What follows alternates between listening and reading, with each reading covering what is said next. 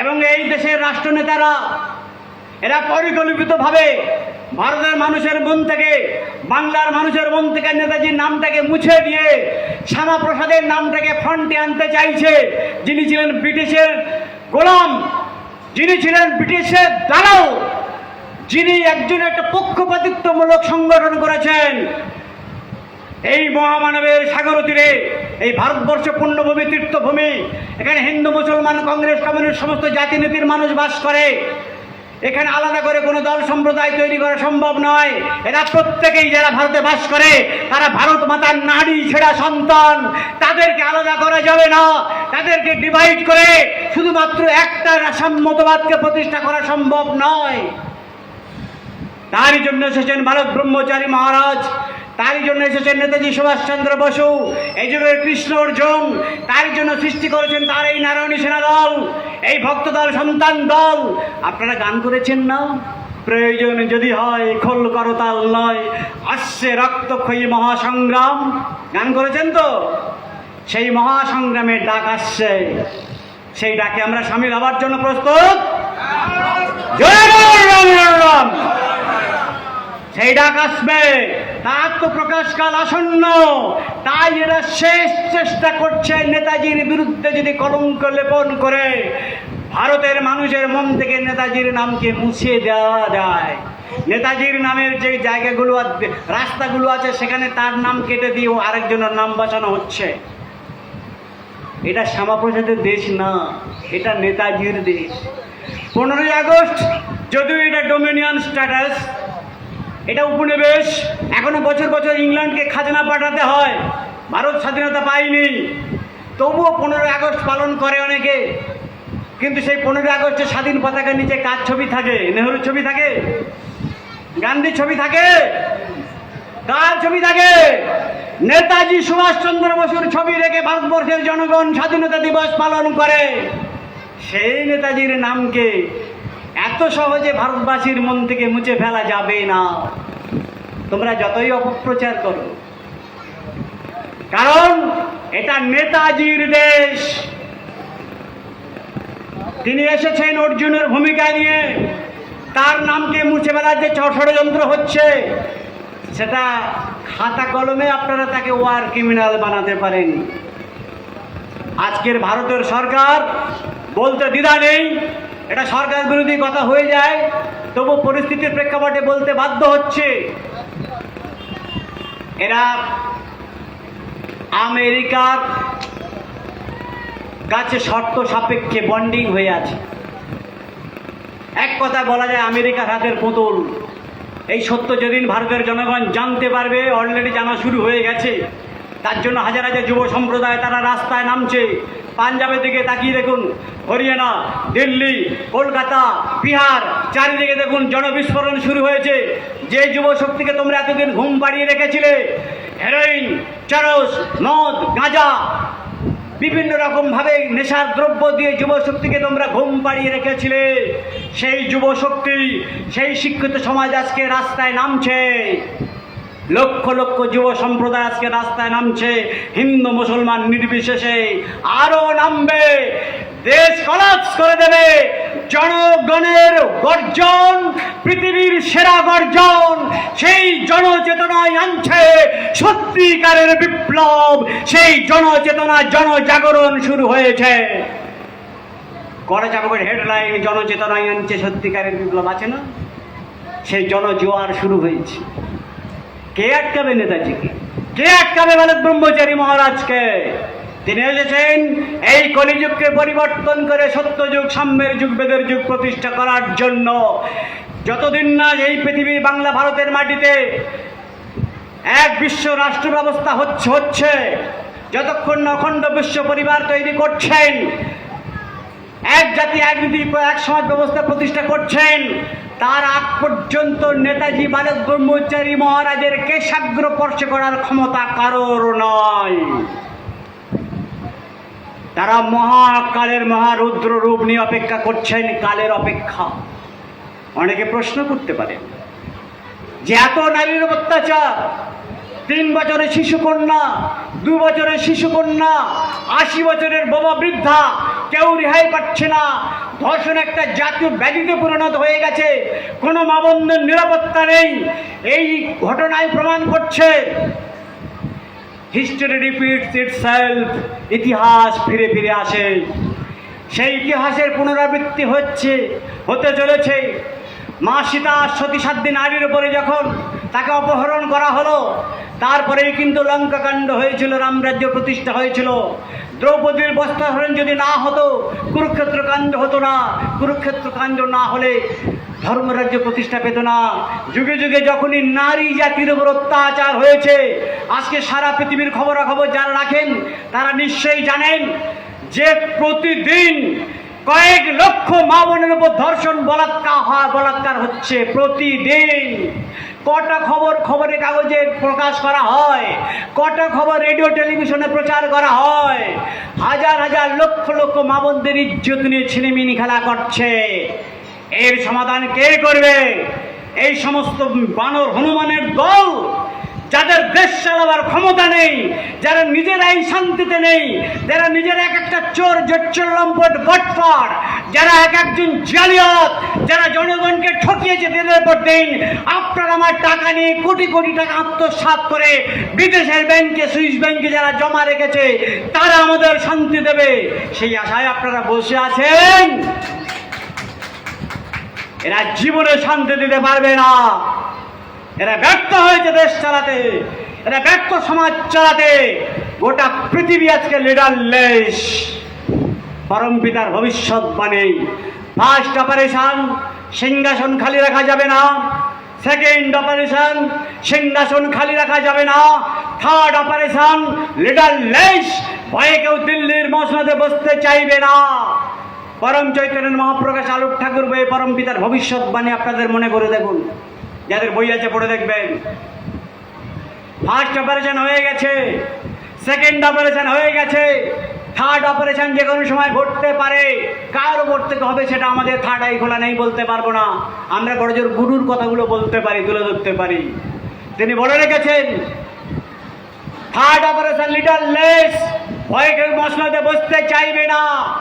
মর্মান্তিক বার্তা করা যাবুকটা পড়ে দেখবেন, সেখানে পরিষ্কার বলছেন যে প্রতিবেশী দেশ থেকে আক্রমণ শুরু হবে। 24 ঘন্টার জন্য হলো দিল্লিতে বিদেশি পতাকা উঠবে। 95 আছে না, 54 পৃষ্ঠায়।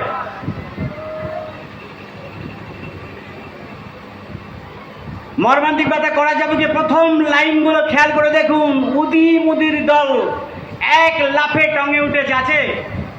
হ্যাঁ, উদি মুদির দল এক লাফে টঙে উঠেছে, লাফালাফি করছে। এখন যেটা বুঝতে পারছেন, বাকিটা ডাস ডাস ডাস বুঝে নেন। এবার সং বানিয়ে ছেড়ে দেওয়া হবে। বুঝতে পারছেন ঠাকুরের হেয়ালিপূর্ণ ভবিষ্যৎবাণী। চিন্তা শীঘ্রই উকিঝুঁকি দিচ্ছে। এমার্জেন্সি ডিক্লেয়ার্ড, ভোট স্থগিত। যখন লিডারলেস হবে তখন অন্তর্বর্তীকালীন ভোট ডাকা হবে, কিন্তু সেই ভোট তো ভোটে লাগানোর সময় হয়ে এলো। আছে না কাচনমালা বই? এই মর্মান্তিক করা যাবো কি, মর্মান্তিক কথা করা যাবো কে? হ্যাঁ, ভোট তো ভোটে লাগানোর, ভোটে মানে ভোট কি নৌকায় উঠবে? ভোট ভণ্ডুল হয়ে যাবে। ভোট তো ভোটে লাগানোর সময় হয়ে এলো, তাই ভোট স্থগিত, এমার্জেন্সি ডিক্লেয়ার। পরম পিতার চাঞ্চল্যকর ভবিষ্যৎবাণী, সেই ঘটনা ঘটতে চলেছে। ওই মর্মান্তিক কথা করা যাবো শেষ লাইনটা আবার স্মরণ করুন। রাখাল বালক প্রতিদিন ডাকতো, পালে বাঘ পড়েছে, গরুর পালে বাঘ পড়েছে বলে ডাকতো। গ্রামবাসী ছুটে আসতো, কিন্তু তাকে সত্যি বাঘ আসেনি। কিন্তু এরকম করতে করতে যেদিন সত্যি সত্যি রাখাল গরুর পালে বাঘ পড়েছিল, সেদিন রাখাল বালক কাউকে ডেকে পাই নাই। ঠাকুর উদাহরণ দিলেন, হয় না আর কত দেরি। এই যে জিজ্ঞাসা, এই যে প্রশ্ন চিহ্ন, আমাদের যখন সত্যি সত্যি শুরু হয়ে যাবে, তখন কিন্তু আর আমাদের পাশে কাউকে পাবেন না, একমাত্র গুরু ছাড়া। আপনাদের পাশে কেউ থাকবে না, না আত্মীয় স্বজন, বন্ধু বান্ধব, না এখানকার সমাজ ব্যবস্থার মানুষ, কেউ আপনাদের পাশে থাকবে না, একমাত্র আপনাদের গুরু ছাড়া। তাই আগামী দিন আমাদের পরম পিতা এবং নেতাজি সুভাষচন্দ্র বসু, এই যুগের কৃষ্ণ এবং অর্জুন, তারা প্রস্তুত হয়ে রয়েছেন। তারা আগামী দিনের জন্য মহাপ্রস্তুতি পর্বে রয়েছেন। তাদের আত্মপ্রকাশকাল আসন্ন। সেই প্রাককালে যে পরিস্থিতি তৈরি হয়েছে, আমি আমার ভাই বোনদেরকে বলবো, সন্তান দলে সমগ্র যে যেখানে আছেন সবার উদ্দেশ্যে আমি হাত জোড়ে করে অনুরোধ করছি, আপনারা অধৈর্য হবেন না। অতি বিপ্লবী চেহারা দেখানোর দরকার নেই। দিন আসছে, বদলা নেবার দিন আসছে, বদলা আমরা নেব। কিন্তু আমরা যখন নেব একবারই মাঠে নামবো। ঠাকুর বলেছেন না, আমরা বাপ বেটা বেটি মিলে একসাথে নামবো। বলে তো ঠাকুরের, আমরা বাপ বেটা মিলে একসাথে মাঠে নামবো। সেই পরম পিতার ডাকের অপেক্ষা করুন। আর ভিতরে ভিতরে মানসিক প্রস্তুতি নিয়ে থাকুন, ভিতরে মানসিক প্রস্তুতি নিয়ে থাকুন যে ডাক কখন আসবে। তাই ইন্টারন্যাশনাল চ্যাপ্টারে বেশি যাব না। আমরা ওই আমেরিকার ফাঁদে আমরা পা দিতে রাজি নই। আমরা সরকার বিরোধী কোনো কথা বলতে চাই না। গুরু যে কথাগুলো বলে রেখেছেন সেই কথাগুলোই বলতে চাই, সেই কথাগুলো স্মরণ করাতে চাই আপনাদেরকে। আগামী দিনের জন্য পরম পিতার যে ভবিষ্যৎবাণী, সেই ভবিষ্যৎবাণীগুলোকে চর্চা করুন। আর ভিতরে ভিতরে মানসিক প্রস্তুতি নিয়ে থাকুন। যে মুহূর্তে, যে কোনো মুহূর্তে ডাক আসতে পারে, তার জন্য তৈরি থাকুন। আগামী দিন ভয়ঙ্কর দিন আসছে। 15ই আগস্ট 1992 সাল লেক টাউনে বাড়ির সামনে যে রাস্তার উপরে যে মিটিংটা হয়েছিল মনে আছে? প্রচণ্ড বৃষ্টি হয়েছিল। ঠাকুর বলেছিলেন আজকে যারা বৃষ্টিতে ভিজছো কারোর সর্দি কাশি জ্বর হবে না। কারোরই হয় নাই। খোঁজ নিয়ে দেখেছিলাম, অনেকের কাছে খোঁজ নিয়ে দেখেছিলাম। ঠাকুরের সেদিন মেজাজ খুব খুশি ছিলেন। ঠাকুর খুব হাসতে হাসতে তত্ত্ব পরিবেশন করছিলেন। আর ঝুল বারান্দায় বসে 2তলা 3তলা 4তলায় পাবলিক ঠাকুরের মিটিং শুনছিলেন। আর ঠাকুরকে দেখে টিটকিরি করছিলেন। ঠাকুর বক্তব্য দিতে দিতে এক পলক তাকিয়ে নিলেন দুদিকে। তাকিয়ে নেবার পরে বললেন, এখন হাস্য হেসে নাও, শেষ হাসিটি আমিই হাসব। বলেনি 92 সালের 15ই আগস্ট?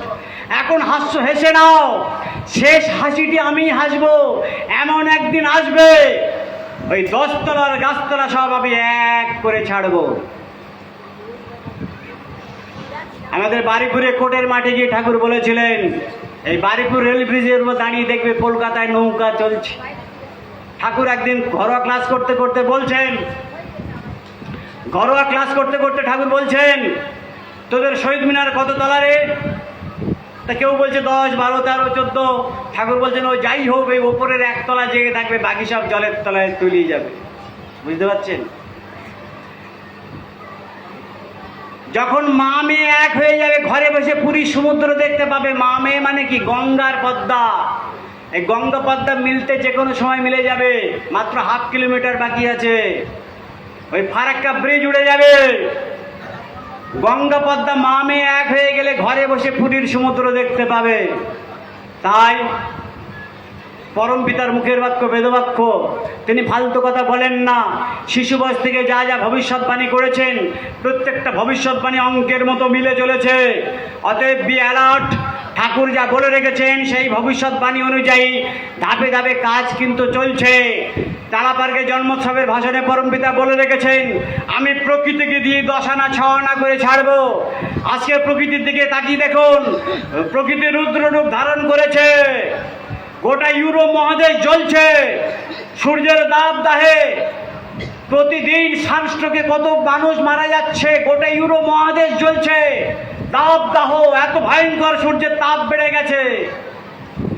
লস অ্যাঞ্জেলস বিশাল বড় শহর, গত 1-2 বছর আগে পুরো একদম দাওয়ানলে পুরো ছাই হয়ে গেল একটা শহর, যারা গডলেস মতবাদ প্রতিষ্ঠা করতে চেয়েছিল। ওয়াশিংটন, যারা খবর রাখেন আমেরিকার, গোটা ওয়াশিংটন শহর জ্বলছে। 10 তলা 20 তলার মানুষগুলো ঘর থেকে বেরোতে পারছে না, হাইওয়ে সব বন্ধ হয়ে গেছে। গোটা ওয়াশিংটন শহর জ্বলছে, ওয়াশিংটন শহরটা জ্বলছে পুরো। আচ্ছা, দাবানল জানে আমরা এতদিন জানি সেটা জঙ্গলে লাগে, শুকনো কাঠে ঘষা লেগে লেগে। শহরে দাবানল জ্বলে, এটা হচ্ছে কি করে? কি কারণে হয়? ড্যাশ ড্যাশ ড্যাশ ওটা বুঝে নেবেন। মাঠ তো ফাঁকা করতে হবে নাকি? কোথাও বন্যা, কোথাও খরা, কোথাও ভূমিকম্প। এই মায়ানমারে গত পরশুদিন দেখছিলাম খবরে একটা কুয়োর মধ্যে, একটা কুয়ো, বেশ চওড়া মতো কুয়ো, বিশাল বড় করে চওড়া মতো কুয়ো, কোনো ভূমিকম্প নেই, কুয়োর জল দুলছে এদিক ওদিক, কোনো ভূমিকম্প নাই। প্রকৃতি তাতই তাতই নৃত্য শুরু করে দিয়েছে, মা কালীর প্রলয় নৃত্য শুরু হয়ে গেছে। তাই পরম পিতার ভবিষ্যৎবাণী, আমি প্রকৃতিকে দিয়ে 10 আনা 6 আনা করে ছাড়বো। সেই প্রকৃতির রুদ্ররূপ শুরু হয়েছে, প্রকৃতি ফাঁকা করে দেবে, চিন্তার কোনো কারণ নাই। শিবচরে ফিরে গিয়ে ঠাকুর বলছেন, আরে গৌরী শঙ্কর, কইয়া তো দিলাম 10 আনা 6 আনা করে ছাড়বে, হিসাবে দেখি 1 আনাও থাকে না। তখন যারা উপস্থিত ছিলেন তারা হাত জোড়ো করে বললেন, বাবা সংখ্যাটা একটু বাড়ানো যায় না? ঠাকুর বললেন, তাহলে তো কাম দেরি হয়ে যাবে রে। এই দেরি সেই কারণে দেরি, যিনি বিশ্ব ব্রহ্মাণ্ডের মালিক, তিনি চাইছেন, সবই তো তার সন্তান, সাধু হোক শয়তান হোক সবই তো তার সন্তান, তিনি বিশ্বপিতা। তাই তিনি চাইছেন যদি কিছু বাঁচানো যায়। আর আমরা বলছি, বাবা তুমি কেন এত দেরি করছো? একদল নকশালের কর্মী, তারাও বিপ্লব চায়। ঠাকুর বহু নকশালকে ভালো করে দিয়েছিলেন। নকশালের কর্মী ঠাকুরের কাছে গিয়ে বলছেন, বাবা আমরা সব প্রস্তুত, বলো তুমি কবে বিপ্লবের ডাক দেবে? গিয়ে ঠাকুরের সামনে হাত আস্তিন গোটাচ্ছে সব, বাবা বলো তুমি কখন বিপ্লবের ডাক দেবে? ঠাকুর বলছেন, তোরা সবাই রেডি? বলছে, হ্যাঁ সব রেডি হয়ে এসেছি, একদম প্রস্তুত তো? হ্যাঁ প্রস্তুত। তখন ঠাকুর একটু চিন্তা করে বললেন, তোরা সবাই তৈরি বলছিস বটে, কিন্তু আমি আমার হিসাবে দেখছি 145 জন তৈরি।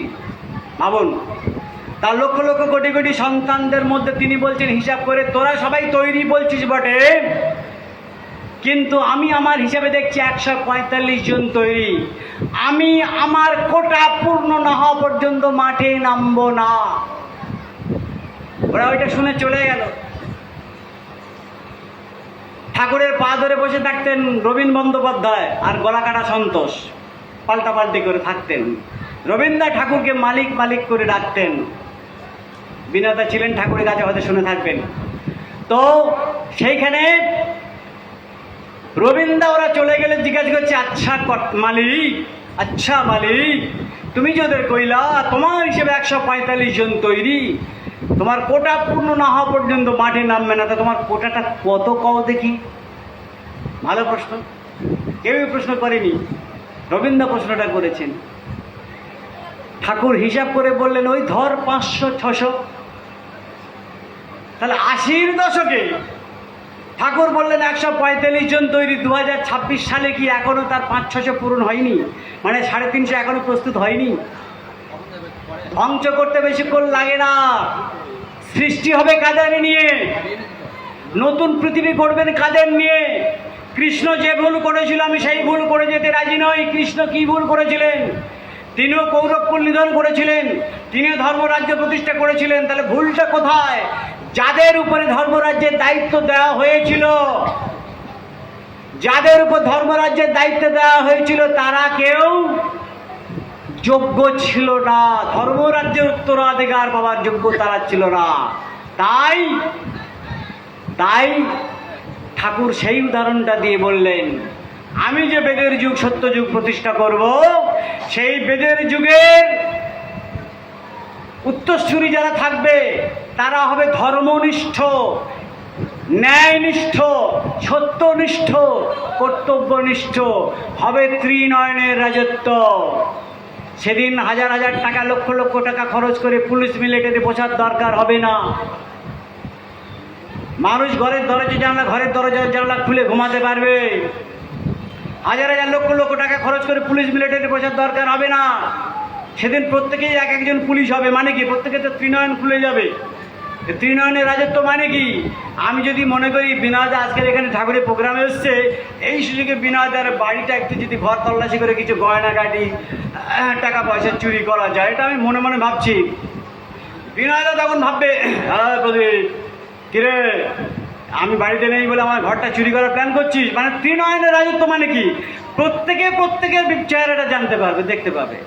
তাই ঠাকুর বলছেন, আমি যে বেদের যুগ প্রতিষ্ঠা করব, সেই বেদের যুগে আদালত থাকবে, কিন্তু ব্যারিস্টার থাকবে না, কোনো উকিল থাকবে না। কারণ সেদিন আলাদা চৌর্য বৃত্তিটাই থাকবে না, চুরি করতেই পারবে না মানুষ। চুরি করতে গেলেই আর কিন্তু জানতে পারবে, কিরে প্রদীপ তুই চুরি করার চিন্তা করছিস। এই চৌর্য বৃত্তিটাই থাকবে না। প্রকাশ্য রাজপথে একটা সুন্দরী স্ত্রী সর্বাঙ্গে অলঙ্কার ভূষিত হয়ে নিশ্চিন্তে নিদ্রা যেতে পারবে। আমি সেই বেদের যুগ উপহার দিতে চাই। আজকের যে নারীর কোনো সম্মান নাই, মাতৃজাতির কোনো সম্মান নাই, মাতৃজাতির সম্মান নিয়ে ছিনিমিনি খেলা করা হচ্ছে, সেই মাটিতে দাঁড়িয়ে বালক ব্রহ্মচারী মহারাজ ভাট বকছেন, তিনি প্রলাপ বকছেন যে প্রকাশ্য রাজপথে সর্বাঙ্গ অলঙ্কার ভূষিত হয় সুন্দরী নারী রাজপথে নিশ্চিন্তে নিদ্রা যেতে পারবে, ঘুমাতে পারবে।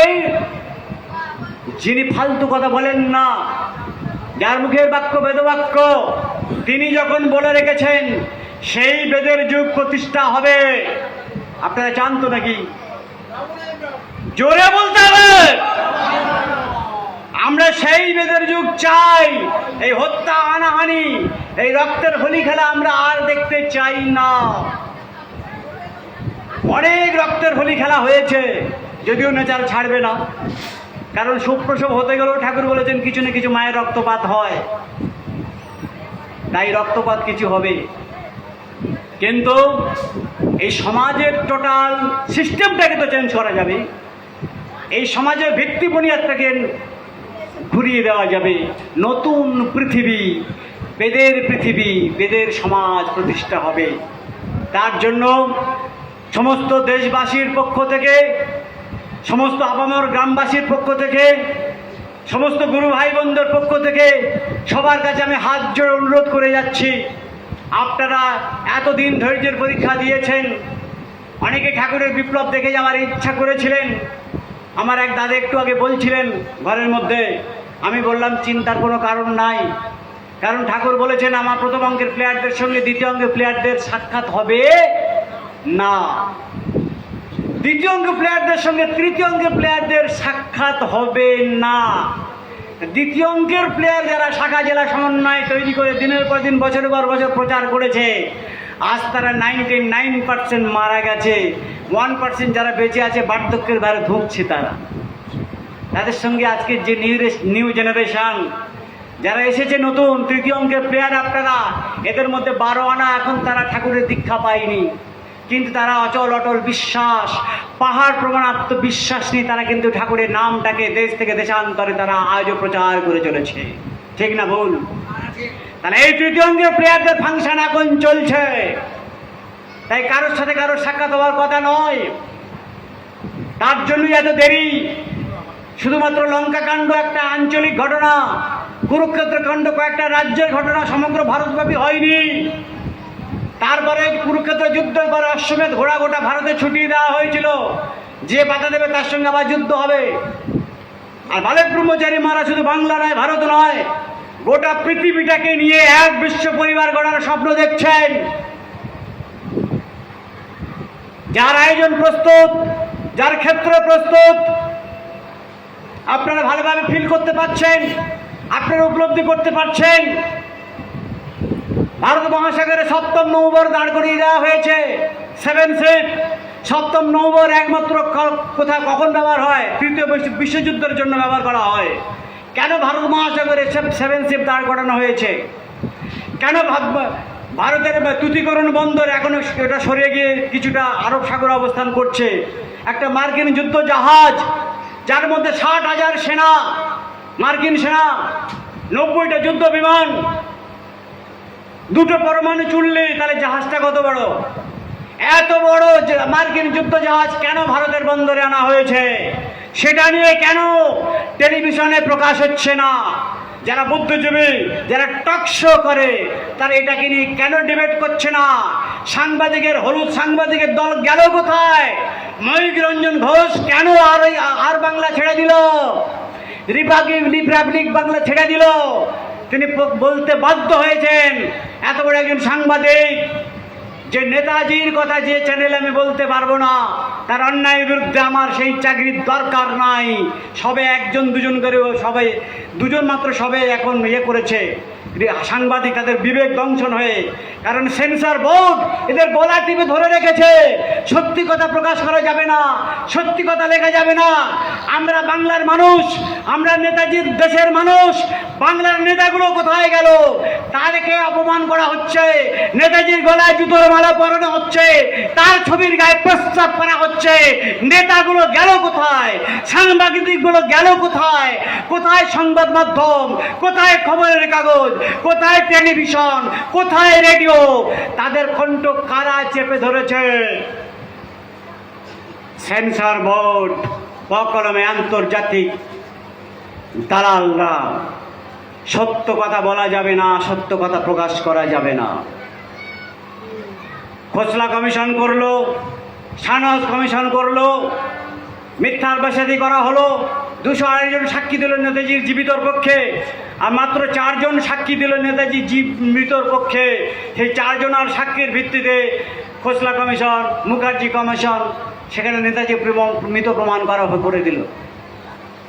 তারপরে আবার 99 সালে জনগণের চাপে, নেতাজি প্রেমী সংগঠনদের চাপে আবার ফের মুখার্জি কমিশন বসানো হলো।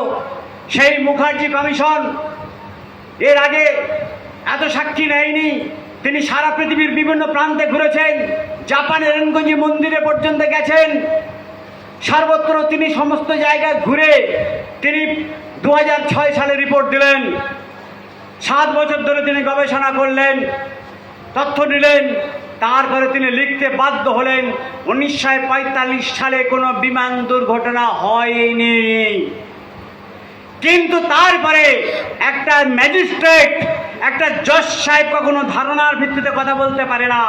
তিনি যে কথাগুলো বলবেন সেগুলো তথ্য প্রমাণের ভিত্তিতে। কিন্তু শেষের লাইনটা তাকে লিখতে হলো কেন? যেখানে তিনি লিখলেন 45 সালে কোনো বিমান দুর্ঘটনা ঘটেনি, কিন্তু শেষের দিকে লাইনে তাকে লিখতে বাধ্য করা হলো।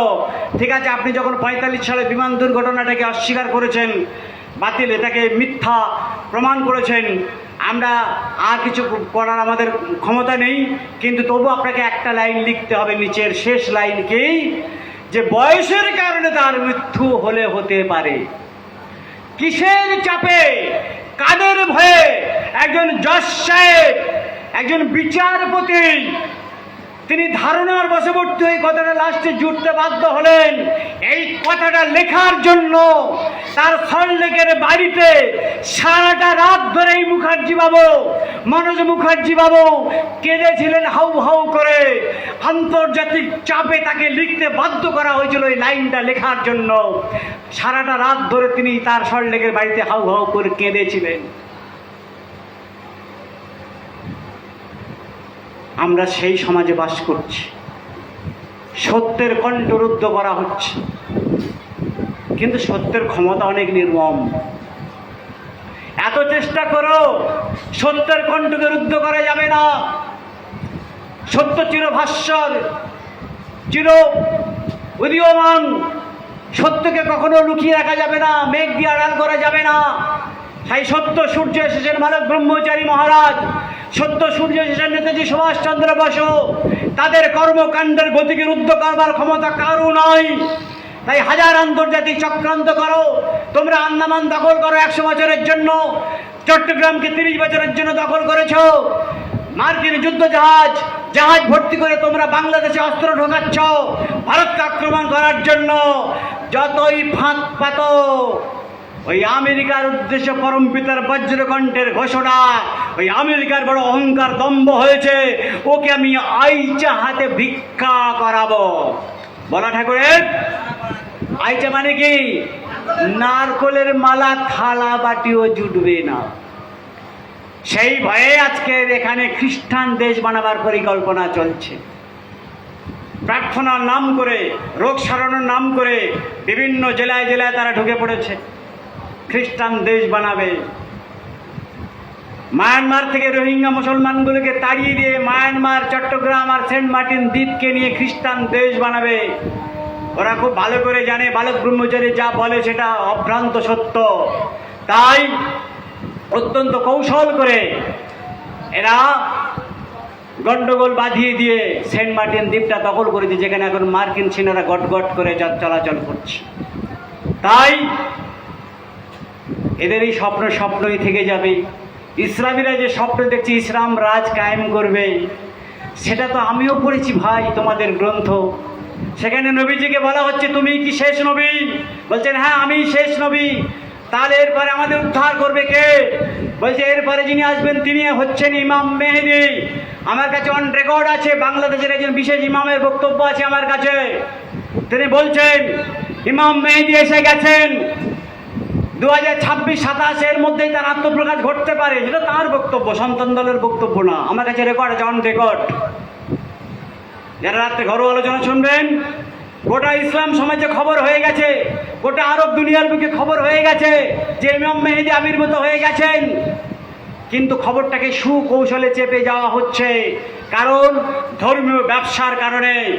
যারা ইসলামকে নিয়ে ব্যবসা করছে তারা যদি ইমাম মেহেদীর কথা প্রচার করে দেয়, হাজার হাজার লক্ষ লক্ষ কোটি কোটি মুসলমান ইমাম মেহেদীর খোঁজ করবে। তাই সুকৌশলে চেপে রাখো খবর। নেতাজির ডাক যে কোনো সময় পিকিং বা মস্কো রেডিও থেকে এগিয়ে ভাষণ আসবে, বেটার ভাষণ হবে। আমি সুভাষ বোস বলছি, I am Subhash Bose speaking. I will go to India in the crest of third world war when political vacuum, because nature will help me. Nature আমাকে, বিশ্ব প্রকৃতি আমাকে সহযোগিতা করবে। যেভাবে ভিয়েতনাম যুদ্ধে নেতাজি নেচার তাকে সহযোগিতা করেছিল, একথা আমি বলতে চাই না, অনেক ইতিহাস। চীনের যে লং মার্চ, মাও সেতুংকে ফ্রন্টে রাখা হয়েছিল ডামি হিসাবে, আসল যুদ্ধ পরিচালনা করেছিলেন নেতাজি। ঠাকুর একদিন ঘরোয়া ক্লাস করতে করতে বলছেন তোমরা যে মাও সেতুং করো, এই লং মার্চের আসল ব্রেন মাস্টার ছিলেন নেতাজি সুভাষচন্দ্র বসু। ঠাকুর একদিন ঘরোয়া ক্লাসে বলছে।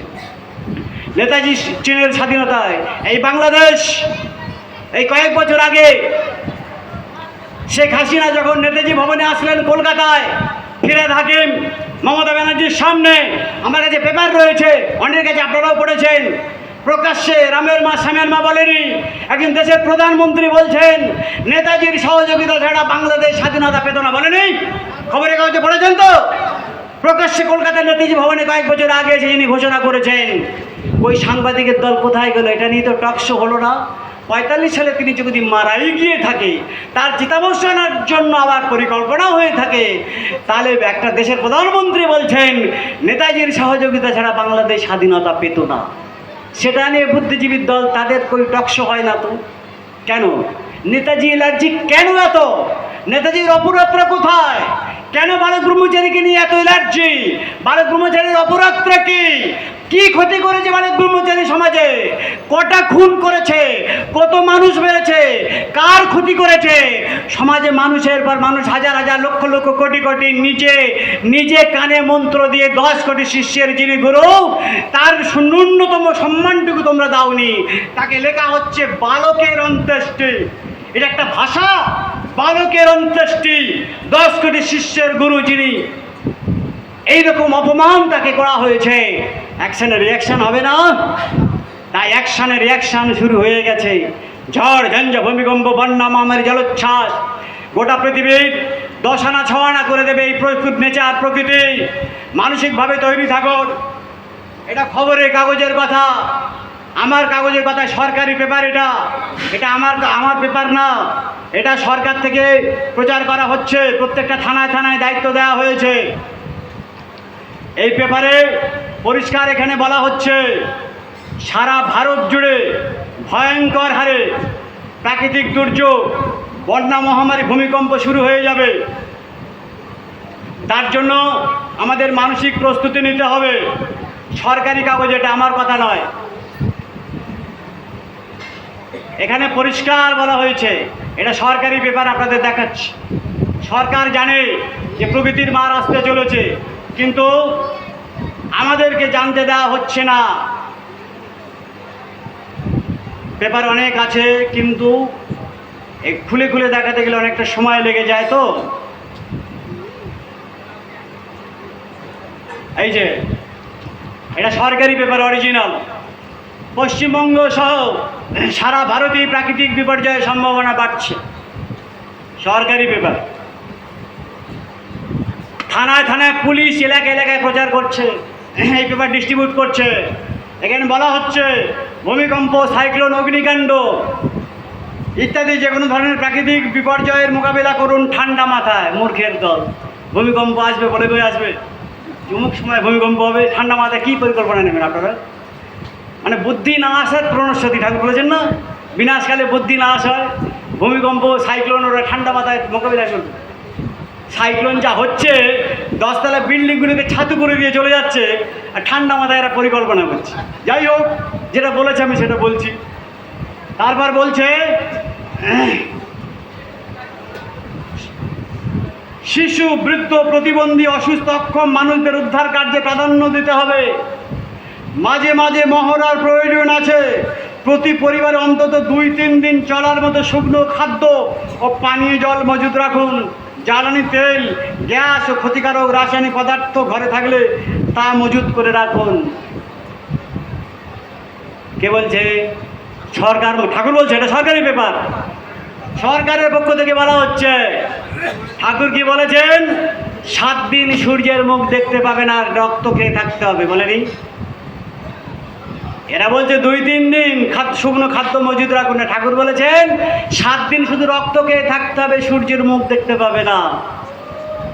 আমরা প্রস্তুত তো? আমরা প্রস্তুত তো মানসিকভাবে? হ্যাঁ কি না?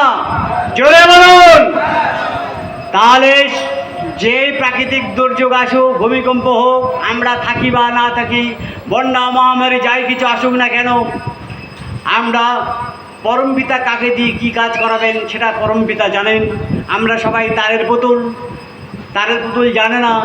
তার কখন মাথা ঘোরাতে হবে, কখন কোমর দোলাতে হবে, কখন হাত তুলতে হবে, কিচ্ছু জানে না।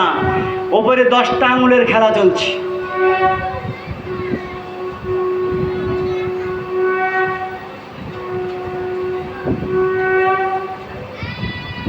দশটা আঙুলের খেলা চলতে 10টা সুতো, 10টা যে সুতো টান দেয় সেই হাত ওঠে, মাথা করে কোমর দোলায়। পুতুল জানে না। আমাদেরকে দিয়ে পুতুল নাচে করিয়ে নেওয়া হচ্ছে। তাই কুরুক্ষেত্র যুদ্ধ যখন শেষ হয়ে যায়, সামান্য কয়েকটা রমণীকে উদ্ধার করার জন্য দ্বারকায় গেছিলেন অর্জুন, দাদাকে নিয়ে গেছে। কটা ডাকাতকে আর মারতে পারছে না। ধৃতরা কর্ণকে মারলো যে গান্ডীব দিয়ে, ভীষ্মকে মারলো, দ্রোণাচার্যকে মারলো, আর ডাকাত মারার জন্য সেই গান্ডীব আর তুলতে পারছে না। তখন যুধিষ্ঠির বললেন, ধর্মরাজ ভাই, তুমি গান্ডীব আর তুলতে পারবে না, এটা তো হরধনু, মানে ভগবান শিবের দেওয়া প্রদত্ত ধনু। এখন তো ধর্মরাজ্য হয়ে গেছে, এখন ধর্মরাজ্য প্রতিষ্ঠা হয়ে গেছে, ভগবানের কাজ শেষ হয়ে গেছে, তার দেওয়া শক্তি তিনি ফেরত নিয়েছেন। আমরা তো যুদ্ধ করেছি আমাদের শক্তিতে না, ভগবানের দেওয়া শক্তিতে আমরা যুদ্ধ করেছি। তাই তার কাজ শেষ হয়ে গেছে, তাই তার শক্তি তিনি ফেরত নিয়েছেন। ঠাকুর কি বলে রেখেছেন? ঠাকুর বলে রেখেছেন, মা দুর্গা যেমন যখন সমস্ত দেবতাদের অস্ত্র ফেল, মা দুর্গা শিবের কাছ থেকে ত্রিশূলটা ধার নিয়েছিলেন। আর আমি মায়ের কাছ থেকে ত্রিশূলটা ধার নিয়ে আমার সন্তানদের হাতে তুলে দিয়েছি। তোমরা ঘরে ঘরে ত্রিশূল প্রতিষ্ঠা করো। বলেনি ঠাকুর? ত্রিশূল কোন ত্রিশূল? ওই লোহা ত্রিশূল। এই যে ইড়া, পিঙ্গলা, সুষুম্না, এই ত্রিশূলটা প্রতিষ্ঠা করুন, আধ্যাত্মিক শক্তিতে বলিয়ান হন। ও লোহার ত্রিশূল খুঁচিয়ে মারার জন্য ও দিয়ে কটা মারবেন? যদিও বলেছেন ওই ত্রিশূল থেকে লোহার আগুন বেরোবে। আমার সন্তানদেরকে যখন মারবে, পুলিশ মিলিটারি প্রথম প্রশাসনকে দেখানোর জন্য ফাঁকা আওয়াজ করবে, প্রশাসনকে দেখানোর জন্য ফাঁকা আওয়াজ করবে। তারপরে যখন জানবে যে ও আছে এদের পিছনে, মানে নেতাজি যখন আছে এই বিশাল বাহিনীর পিছনে, তখন পুলিশ মিলিটারি পাছায় বন্দুক রেখে হাঁ করে তাকিয়ে থাকবে, পাল্টা ঘুরিয়ে বন্দুক ধরবে। বলা আছে না ঠাকুরের? ঘুরিয়ে বন্দুক ধরবে, রিভোল্ট করবে, পুলিশ মিলিটারি সব রিভোল্ট করবে। ঠাকুর বালক ব্রহ্মচারী মহারাজের চাঞ্চল্যকর ভবিষ্যৎবাণী। তাই নেতাজিকে সবাই ভালোবাসে, নেতাজিকে সবাই ভালোবাসে। তাই নেতাজিকে আটকাবার যত চেষ্টা সব ব্যর্থ হয়ে যাবে। আপনাদের কাছে হাত জোড়ো করে বলে যাচ্ছি, আপনি আমি থাকি বা না থাকি, কত সময় নেবেন তাও আমরা জানি না, কিন্তু একটা চরম সত্য, পরম পিতা যে কারণে পৃথিবীর বুকে এসেছেন সেই কাজ তিনি কমপ্লিট করে তবে তিনি যাবেন, একথা আমাদের মধ্যে পূর্ণ বিশ্বাস আছে। তাহলে সবাই মিলে বলুন রাম রাম রাম। পরম পিতা আছেন, নেতাজি আছেন, বেদের বিপ্লব হবেই, রাবণান্য পৃথিবীর সর্বশ্রেষ্ঠ হাতিয়ার। সেই রাবণান্নব ওঙ্কারের ভাইব্রেশন নিয়ে আমরা ঘরে ঘরে প্রস্তুত থাকব, খোলের আওয়াজ যেন বন্ধ না হয়। আর 5টা বার শঙ্খধ্বনি দেবেন, ভোর 5টা, দুপুর 12টা, সন্ধ্যে 6টা, এই 3 টাইম তো অনায়াসে দেওয়া যেতেই পারে। সম্ভব হলে রাত্রি 12টা এবং রাত্রি 2টো, এই 5টা বার শঙ্খধ্বনি দেন। এই গুরুর নির্দেশ, নাম যেন বন্ধ না হয়, কোনো ভয় ভীতির কাছে যেন আমরা মাথা নত না করি। আজকের যদি এখানে কীর্তন বন্ধ করে দেয়, কালকে আর একটা টিম এখানে নামাতে হবে, তাদেরকে যদি তুই অ্যারেস্ট করে তুলে নেয়, পরশু দিন আর একটা টিম সেখানে নামাতে হবে, ঠিক কিনা? নাম কিন্তু বন্ধ হবে না। সুতরাং এই নামের জোয়ার, নামের ভাইব্রেশন তুলুন, ঘরে ঘরে মানসিক প্রস্তুতি নেন, আত্মশুদ্ধি আত্মশক্তি সঞ্চয় করুন নাম জপের মাধ্যমে। আর গুরুর প্রতি 16 আনা বিশ্বাস, আস্থা বিশ্বাস, গুরু আছেন, আসবেন, এই বিশ্বাসে যেন ফাটল না ধরে। আর সবচেয়ে বড় দায়িত্ব আপনাদের কাঁধে চাপিয়ে দিয়ে গেলাম, আমরা যেন সবাই মিলে, আমরা তো এখন যন্ত্রণার কারাগারে আছি, ঠিক না বল? প্রত্যেকেই আমরা যন্ত্রণায় কাত রাখছি, কিন্তু এই যন্ত্রণার কারাগার থেকে আমরা যেন পরম পিতার কাছে সমস্ত গুরু ভাই বোনেরা, আমি একা শুধু প্রার্থনা করলে হবে না, লক্ষ লক্ষ কোটি কোটি ভাই বোন যারা যেখানে আছেন সবাই মিলে পরম পিতার কাছে প্রার্থনা করুন, হে পরম পিতা, আর আমরা সহ্য করতে পারছি না, তুমি যত তাড়াতাড়ি করো তুমি আবির্ভূত হও, তুমি তোমার বেদের যুগ প্রতিষ্ঠা করো, নতুন পৃথিবী তৈরি করো। আমরা আর এই যন্ত্রণা সহ্য করতে পারছি না, এই রোগ শোক জ্বালা যন্ত্রণা ব্যথা বেদনা আর আমরা নিতে পারছি না, তুমি যত তাড়াতাড়ি পারো তুমি আবির্ভূত হও, তোমার কাজ তুমি কমপ্লিট করো, তুমি পুনরাগমন করো, তুমি আত্মপ্রকাশ করো, আমরা তোমার অপেক্ষায় সবরের মতো অপেক্ষা করে আছি, তুমি এসো, ফিরে এসো যত তাড়াতাড়ি পারো। এই প্রার্থনাটা যেন আমরা প্রত্যেকে করি। আমার ঘরের যদি আপনজন প্রিয়জন কেউ নিখোঁজ হয়ে যায়, কি করি আমরা? থানায় যাই, ডায়েরি করি, সিআইডি লাগাই খোঁজার জন্য। পরম পিতা 30 বছর পার হয়ে গেল, তিনি অন্তরালে আছেন, কোথায় আছেন, কি খাচ্ছেন, কি করছেন, আমাদেরকে একটু বুকে কষ্ট হয় না? আমরা কি পরম পিতার কাছে একটু চোখের জল ফেলতে পারি না? যে পরম পিতা তুমি যত তাড়াতাড়ি পারো আমাদের যন্ত্রণার কারাগার থেকে মুক্ত করো, পৃথিবীতে আবার শান্তি সাম্য প্রেম প্রতিষ্ঠা করো, পৃথিবী আবার আলোয় আলোয় ভরে উঠুক, এই পৃথিবী আবার নতুন পৃথিবী গড়ে উঠুক, নতুন সমাজ, নতুন মানুষ, নতুন পৃথিবী। এই কথা বলে আমি আমার সংক্ষিপ্ত আলোচনা শেষ করছি। রাম রাম রাম, রাম রাম রাম, রাম রাম।